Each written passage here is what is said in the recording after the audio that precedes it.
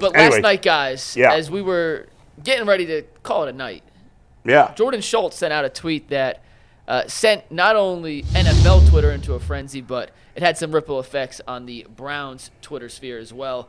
Jordan Schultz tweeted, sources, Cowboys owner Jerry Jones has spoken with Colorado head coach Deion Sanders about the team's head coaching vacancy, and discussions are expected to continue regarding the possibility of him becoming the next head coach in Dallas. Coach Prime is considered a top candidate, and if that were to happen, and understand this entire conversation we're about to have is based on a hypothetical if Deion were to go to Dallas, there's a good chance Shedeur Sanders would make his way to the Dallas Cowboys as well. Deion would find some way to ensure he's coaching his son. And if that were to be the case, Dak Prescott could be on the move. Bold, Dak Prescott is a quarterback you had circled in hypothetical worlds for the last 2 off seasons as a target for the Cleveland Browns, who would be an upgrade over their current situation.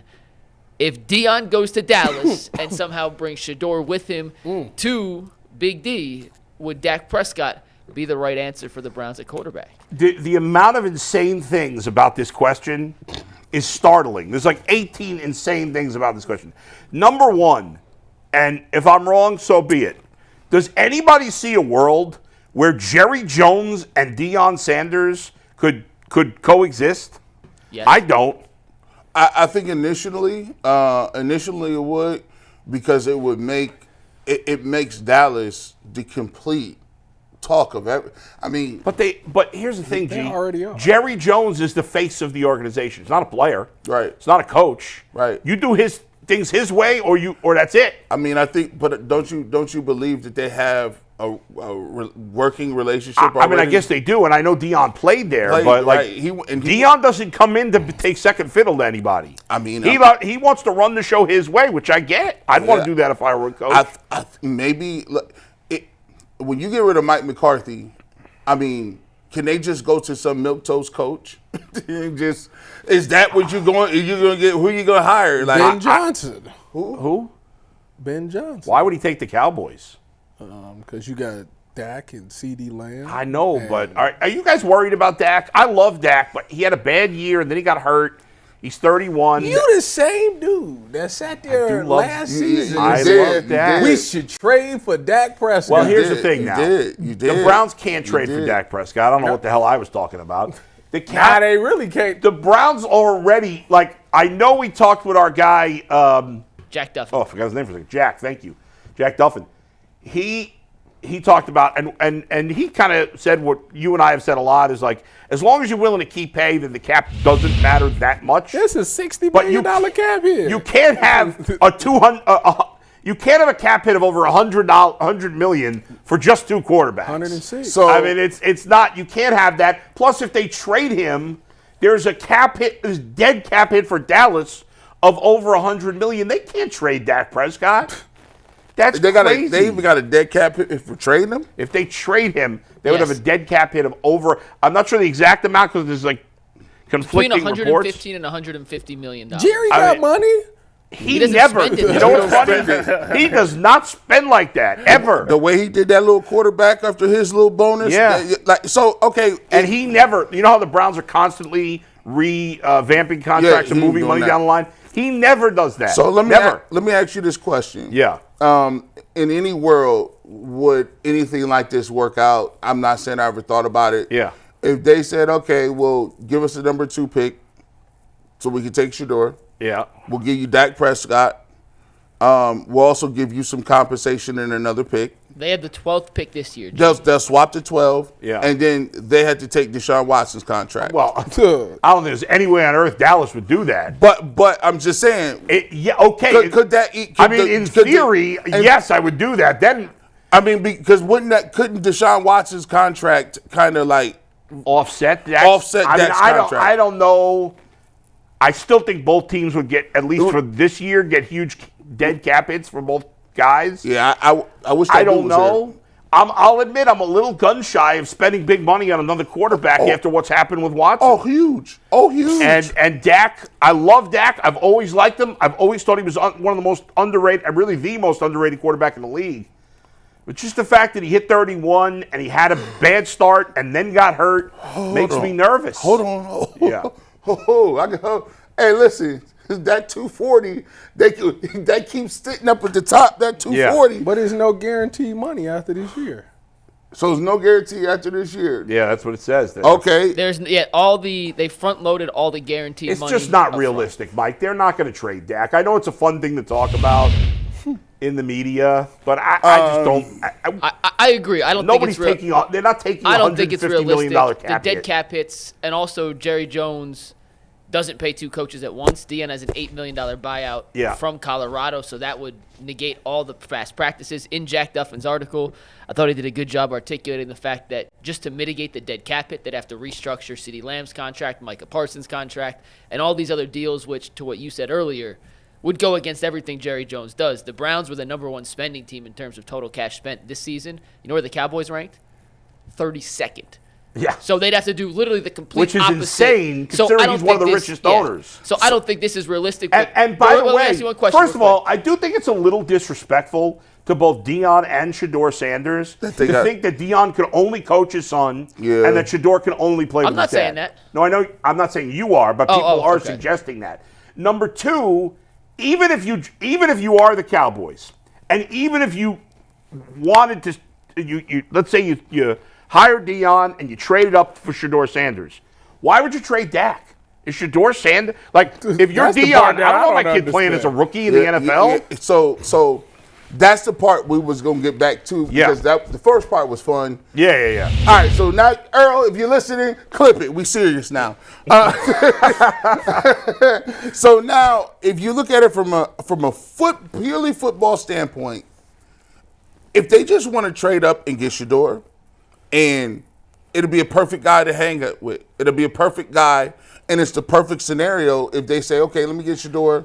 Like you said, there's no more guaranteed money there. Yeah. After this next year. It would literally be like how Atlanta did Kirk Cousins. Facts. Right. It'd be pretty similar. And here's what you can do. If Dak gets hurt, obviously Shedeur goes in the game. But if Dak is doing his thing and he's balling, Shedeur just sits there. That's right. Deion has always been about like, hey, look, I want him to do it the right way. Yeah. Plus Shedeur probably needs to sit a year. We talk about Bernie all the time, like how quarterbacks need to sit a year. It would be perfect for him to sit. Because like I said, I played with Dak when I was with Dallas. Shout out to Dallas for helping me get my pension, by the way. I will never say anything Dallas. Oh, negative you got about a pension?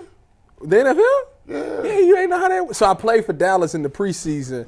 Listen, I played for that put you over the top. So 2019, no, that's how it went. So 2019, we'll get back to the topic. So 2019, right? I'm playing for Dallas. Shout out to my boy K. Rich, Chris Richard. He was the DB coach there.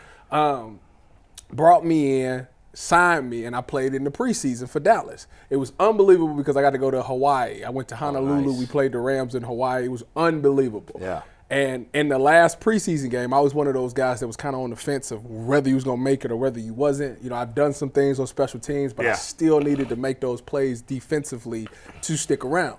And in that game, K. Rich was like, I'm telling you right now, you need to go play you some corner. I had been playing nickel a lot. It's like, I need you to play corner. So I was all right, bet, we'll play corner this game. So the funny thing is I was playing nickel at the beginning, and I ended up pulling my hamstring on kickoff. And I missed the tackle. I hit the dude, but I had no legs because my. Did you not tell anybody? No, so this what happened. So I went out there and I kept playing. Yeah. And we got to the sideline and I'm like, I don't think I could run with somebody man to man. But if you call zone, I feel like I could do that. But I'm telling you, my hamstring ain't right. So they looked at me and they said, "Oh well, you ain't going back in the game." Right. So at that point, it's like, well, it's done. Yeah. So. What does that have to do with me getting the pension? So you had to get 4 games in the NFL season to get the pension. And I had 3 years, but you need 3 games after the 3 years to get to 4. And I'm sitting there, so they cut me, but I'm injured cut. So in the NFL, if you get hurt, they can't release you until you're healthy again. So I'm sitting there and I'm rehabbing, and they hit my agent and said, hey, we want to give Tyvis an injury settlement. And I said, well, how many games? Because they got to give you game checks. How many games is the settlement? They said 4 games. And I said, let's clarify. So them 4 games, they count towards my pension, right? They said, yeah. Sign that right now. Thank you very much. I appreciate it. I'm gone. I did not know that. So if you weren't going to make the team, I don't know that. Then I don't know what. Yeah. Then you actually. But it helped you to get the hurt. irony of it all. The irony of it all is that later that year I ended up going to Denver. I was on practice squad, and you're allowed to get 1 year of practice squad to count towards your pension. So I would have got it regardless. You would have got it anyway. But all right. Man, let me ask this question real quick, and I've saw a bunch of. Wait, hold on. Sorry, Mike, because Tyvis was in the middle of making a sidebar. Dak Prescott was a great leader because I walked into Dallas and I'm thinking this dude is overrated. Like I don't know why everybody talk about him like he this good quarterback. And I got to be around him. I got to sit down and talk with him. I got to see how he commanded an offense, how he ran team meetings. I'm like, you know what? This dude is a true leader. Like I do like that guy. So I say all that to say if he came to the Cleveland Browns, he'd be like Jameis. Without the antics, though, he's way better than Jameis. Too. Well, I'm saying how Jameis could get people to believe and buy in. Like Dak has that same ability, as a player. But he would, if you're Dallas, at the very least, they're not trading. They're not trading. No, if at the very worst, if they wanted Shedeur, they would draft Shedeur. They would trade up, draft Shedeur, and sit him behind Dak. Right. Because, like I said. One, he needs to sit a year. Two, Dak is a great leader, so he'll learn how to play the game. Dak's played at a high level for the past couple of years until he got hurt. So you get to actually study and watch a guy prepare for the game. And Dak has been a great leader for Dallas. How he's been the perfect example of what you want your quarterback for the Dallas Cowboys to be. That's right. So you'll learn from that, and then they'll move on from him and just give the thing And even if Dak is pissed that they drafted Shedeur, it benefits him to go play for the Cowboys, play great. If they cut him or whatever after that, or he can get picked up like that. He's get a huge contract. Yeah, he can pick up like that. Because if he bounces back next year, he's still only 32 or 30, about to turn 33, whatever it is. He'll be 33 for the 26 season. That brings him to the question I wanted to ask. Let's take Dak out of the equation. Yeah. For the sake of the hypothetical, Deion goes to Dallas. Yeah. They are extremely interested in trading up to number 2 to get Shedeur just for the sake of this, but they don't want to trade Dak. Bull, Tyvis, what would you need back from Dallas in that instance to move from 12 or to get Dallas from 12 to 2 if Dak's not involved? Is it 3 firsts? I need their first this year, next year, and a second or third this year. I don't think you get 3 firsts, but you definitely got first this year, next year, second or third this year. I'm going to write a little note on a piece of paper, and it's going to say Kid Cudi. And they're going to say, what that mean? I need day and night. I need everything for that boy. I saw you, G. See, the reason. That was good. G, that was good. You like that? I like that. What y'all think about that in the chat? I need that. I need that 12, because here's the thing. This is my trade concept. You go into this draft, and you got to have 4 names that you feel are blue chip people. And if you're going to trade, you got to say, I have to have one of these blue chip persons coming out of this thing, bar none. But at 12, you're not getting one of those. Nope. And now I'm going to skip with all these holes. I'm going to skip over all of these blue chip dudes in the front of the D-line, offensive line, corners. No, I'm going to need to get you that one. I need a 2 this year too. You know what? I'll tell you, in this unique circumstance, the Browns would have the Cowboys over a barrel. Sure would. Because 100%. The Cowboys, they'd be desperate for Shedeur. The funny thing is, if that were the case, and 12 to 2 is a giant jump. It's huge. We're not talking about moving down. That's 10 pick difference. That's a giant jump down. Wow, that's not a giant jump. It's a medium funniest jump. part is, if they traded all that and Tennessee decided to take Shedeur. Well, then you wouldn't make the trade until after the first pick. Right. They would know. That would make me laugh. Right? That would be funny. But they would really be, and to think about it, you could get it because, I mean, let's be honest with you. Dallas is in win now. And Dallas is kind of in that same mode that the Browns was in, right? Like, they're in a win-now mode because they got Micah Parsons, because they got CeeDee Lamb, because they do have some younger pieces and parts that they've developed, and they got a Super Bowl window. But they're trying to extend that window because they got an older quarterback that they don't think is going to play after a couple of years. And now they could get another Deion Sanders where it's like he's on his rookie deal, and it's way cheaper, and they get the guy that goes with the coach. Yeah. So, I mean, they could get everything. In the end, I like I said yesterday, I'm getting more interested in Shedeur Sanders, the Browns drafted. I know, if Deion's coaching in the NFL, I get it. Most people are going to think he's going to go with Deion, and maybe that's the case. We'll see. But you want the Browns to take Shedeur too?